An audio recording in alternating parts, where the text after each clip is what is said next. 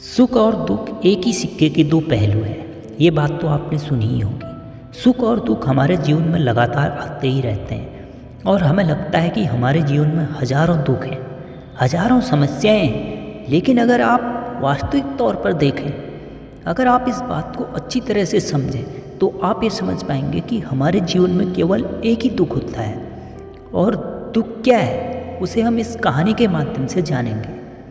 और उस दुख का निवारण, उस दुख का समाधान क्या है, वो भी हम इस कहानी में ही जानेंगे। तो इस कहानी को ध्यान से सुनें। एक समय की बात है, एक गांव में एक व्यक्ति रहता था। उसका नाम रवि था। वह बड़ा आलसी था और अपने जीवन से बहुत निराश था। वह कुछ भी नहीं करता था। उसके घर वाले भी इस बात से बहुत परेशान रहते थे। वे चाहते थे कि वह बाहर जाकर कुछ अच्छा काम करे, लेकिन वह उनकी एक नहीं सुनता था। उसके सारे मित्र कहीं न कहीं अच्छी जगह पर काम कर रहे थे। कोई व्यापार कर रहा था तो कोई अच्छी नौकरी कर रहा था, जिस कारण जब भी वो लोग मिलते, वे लोग अपनी खूब बातें उसे बताया करते थे। लेकिन रवि कुछ नहीं करता था, जिस कारण जब भी उससे कोई कुछ पूछता कि तुम क्या कर रहे हो, तो वह कुछ नहीं कह पाता था। उसे यह कहने में बहुत शर्म महसूस होती थी कि वह कुछ नहीं करता। वह हमेशा सबसे केवल एक ही बात कहता था कि मैं कोशिश कर रहा हूँ, लेकिन उसकी कोशिशों का कोई भी फल किसी को नज़र नहीं आ रहा था। देखते ही देखते अब ऐसा समय आ चुका था कि रवि सभी से मुंह छिपाता फिरता, ताकि उससे कोई यह ना पूछ ले कि तुम क्या करते हो, जिस कारण वो कभी किसी के सामने नहीं आता था। धीरे धीरे उसका मन दुखी होने लगा। वह बहुत निराश रहने लगा था। उसे ऐसा एहसास होता था मानो वह अब धरती पर बोझ है, जिस कारण वह अपने आप को बहुत अकेला महसूस करता।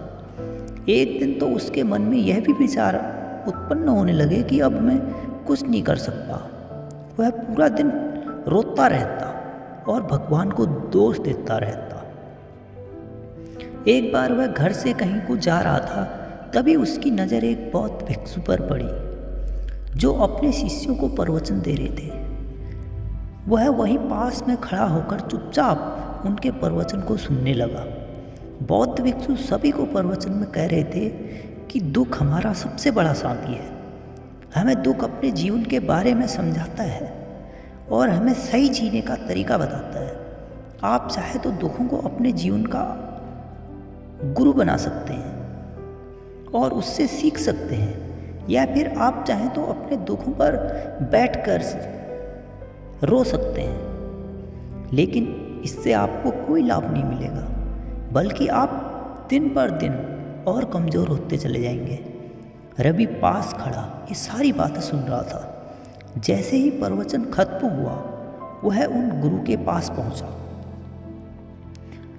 उन्हें शीश झुकाकर वह कहता है, हे गुरुदेव, अभी कुछ देर पहले आप दुख को गुरु बता रहे थे। आप कह रहे थे कि दुखों से हमें सीखना चाहिए, लेकिन मैं अपने दुखों से परेशान हूँ, अपने जीवन से परेशान हूँ।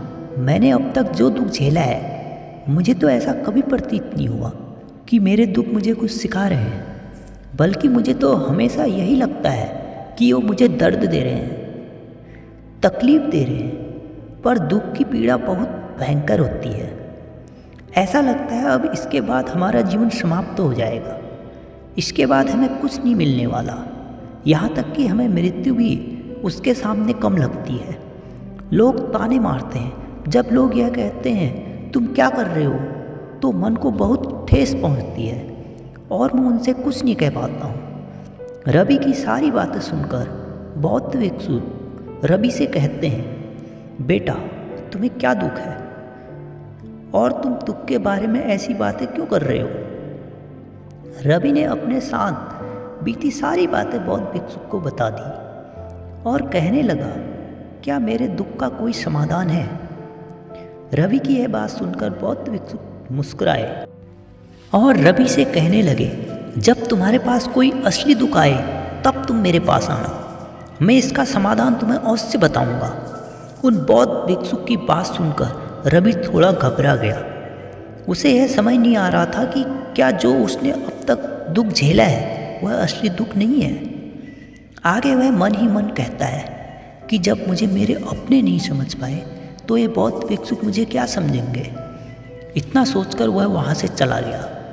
सभी लोगों के ताने सुन सुनकर रवि बहुत थक चुका था, तो बहुत निराश हो चुका था, जिस कारण उसने निर्णय लिया कि वह अब कुछ करके दिखाएगा। उसने अपने पिता से कुछ रुपए लिए और उस रुपए से उसने एक व्यापार शुरू किया। उसके पिता बहुत खुश थे। कम से कम मेरा बेटा कुछ करने का प्रयास तो कर रहा है, लेकिन उसे व्यापार में कोई सफलता नहीं मिल रही थी, जिस कारण वह बहुत ही निराश और हताश हो चुका था कि वह किस तरह से अपने व्यापार को आगे बढ़ाए। तब उसके पिता ने कहा, बेटा कोई बात नहीं, इसी तरह से प्रयास करते रहो, आज नहीं तो कल सफलता अवश्य मिलेगी। रवि ने अपने पिता की बात मानी और अपने व्यापार में और भी कड़ी मेहनत करने लगा। धीरे धीरे उसे अपने व्यापार में सफलता मिलने लगी। देखते ही देखते वह कुछ समय बाद एक बहुत बड़ा व्यापारी बन गया। अब उसके पास धन दौलत की कोई कमी नहीं थी। जो लोग उसे पहले पसंद नहीं करते थे वो अब उसको पसंद करने लगे और उसके बहुत सारे मित्र भी बन गए। एक बार उसके एक मित्र ने उससे अपने व्यापार को और अधिक बड़े स्तर पर फैलाने के लिए कहा, तो उसने यह सब सुनकर अपने व्यापार को फैलाने का कार्य शुरू कर दिया। उसने अपने व्यापार को और अधिक फैलाने के लिए कई लोगों से धन कर्जे पर ले लिया। वो सिर्फ यहीं पर नहीं रुका, अपने व्यापार में और अधिक मुनाफा कमाने के लिए उसने अपने माल की गुणवत्ता में भी मिलावट करना शुरू कर दिया। ये सब कुछ करने के बाद उसके व्यापार में धीरे धीरे कमी आने शुरू होगी और एक दिन उसका सारा व्यापार ठप हो गया और वह बुरी तरह से कर्जे में डूब गया। जब उसके व्यापार के ठप होने की खबर उसके दोस्तों को पता चली तो सबसे पहले उसके दोस्त ही उससे कर्जा मांगने की मांग करने लगे। जो भी उसके मित्र और शुभचिंतक थे सब उससे दूर जाने लगे। वह निराश होकर, दुखी होकर फिर से उन भिक्षुक के पास पहुंचा और अपनी सारी आपबीती उन गुरु को बता दिया और कहने लगा, गुरुजी आपने कहा था जब तेरा असली दुख आएगा मैं तेरा समाधान कर दूंगा। इस पर गुरु मुस्कुराने लगे और कहने लगे, बेटा कहाँ है असली दुख? जब असली दुख आएगा तब मैं उसका अवश्य समाधान करूंगा। यह बात सुनकर रवि का सब्र टूट गया और बौद्ध भिक्षु से पूछने लगा, गुरुजी असली दुख क्या होता है? क्या ये मेरा असली दुख नहीं है? क्या इसे दुख नहीं कहते हैं? तब बौद्ध भिक्षु कहते हैं, बेटा तुमने अपने दुख से क्या सीखा है? इसका जवाब देते हुए रवि उन बौद्ध भिक्षु से कहता है, हे गुरुजी, मैंने तो यही देखा है कि जो लोग तुम्हारी तरक्की को देखकर तुम्हारे साथ पीछे आते हैं, तुम्हारे साथ जुड़ते हैं, वो लोग तुम्हें अवश्य धोखा देंगे, क्योंकि ऐसे लोग बुरे समय पर तुम्हारा साथ नहीं देंगे बल्कि तुम्हारा फायदा उठाने का ही वह प्रयास करेंगे। इसलिए ऐसे लोगों पर भरोसा ना करें, बल्कि जो लोग तुम्हारी असफलता के समय पर, आपके बुरे समय पर आपके साथ खड़े हैं, वही तुम्हारे असली मित्र हैं और वही तुम्हारे साथ रहेंगे और वही लोग तुम्हारे बुरे समय पर साथ देते हैं। और ऐसे लोग तुम्हें बहुत कम मिलते हैं और जिन्हें भी ऐसे लोग मिलते हैं उन्हें उनकी कद्र करनी चाहिए।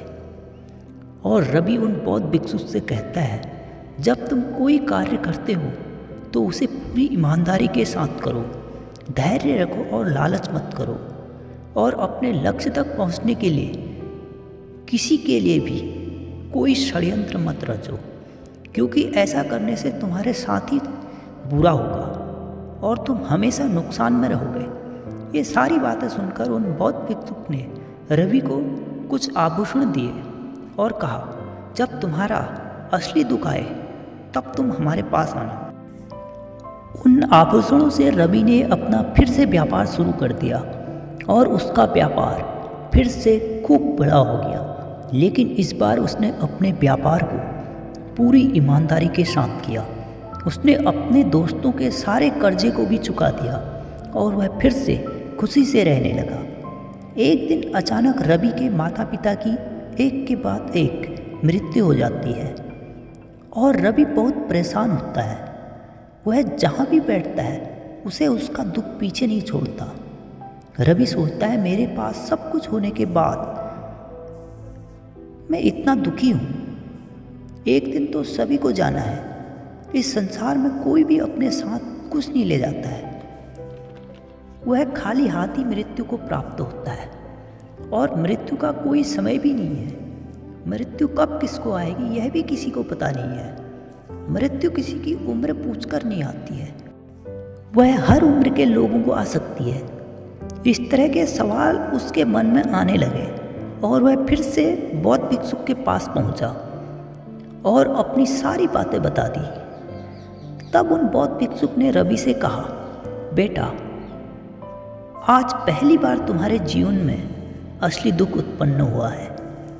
वास्तव में यही दुख है जिसका हमें पता ही नहीं कि हम क्या कर रहे हैं, क्यों कर रहे हैं, कहाँ जा रहे हैं, क्यों जा रहे हैं। फिर बौद्ध भिक्षु आगे कहते हैं, हम सबके अंदर क्रोध, लालच, लोभ जैसी कई वासनाएं हमारे अंदर बैठी हैं, जिस कारण हम अपने जीवन को टुकड़ों में जीते हैं और हमारे चेतना कभी एक नहीं हो पाती। वास्तव में हम हर कोई यहाँ अपने जीवन भर केवल दुख दुख कहकर चिल्लाते रहते हैं। उसका समाधान निकालने का हर प्रयास करते हैं, लेकिन जिसे हम दुख समझते हैं वह दुख है ही नहीं, तो उसका समाधान आपको कहाँ से मिलेगा। ये परिस्थिति है, हम एक परिस्थिति से निकलते हैं तो दूसरी खड़ी हो जाती है। तो इसलिए आप सच में अपनी समस्या का समाधान करना चाहते हैं तो अपने आप को एकाग्र करना सीखें। अपनी ऊर्जा को सही जगह इस्तेमाल कीजिए। जब तुम अपने ऊपर ध्यान देने लगते हो तब तुम अपने आप को पहचान जाते हो, समझ जाते हो। तब तुम अपने आप पर नियंत्रण पा सकते हो। तब तुम कुछ भी कर सकते हो। तब सब कुछ आपके कंट्रोल में होता है और आप जो चाहो हासिल कर सकते हो। ये सब बातें सुनकर रवि ने गुरुदेव को धन्यवाद किया और कहा, आपने मेरी सबसे बड़ी समस्या का समाधान कर दिया। धन्यवाद।